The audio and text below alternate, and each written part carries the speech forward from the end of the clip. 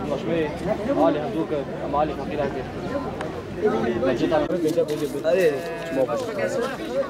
انا بلا دجاج بقبلك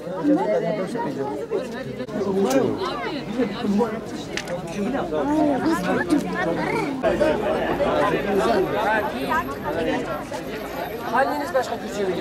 Güzel yapılmaz.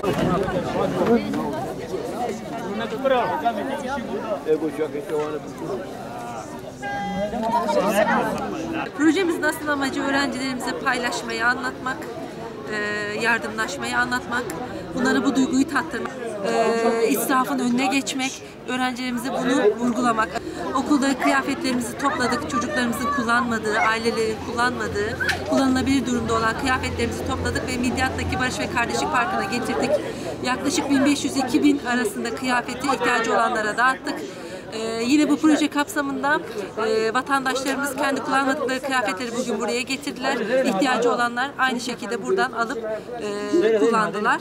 Hamdiye Ağırman, Midyat Mesleki ve Teknik Anadolu Lisesi'nde okuyorum. Programımızın ismi "İhtiyacın varsa al yoksa al". İhtiyacı olan kişiler gelip burada bizim biriktirdiğimiz kıyafetleri alıyorlar. Bu bence çok güzel bir proje oldu.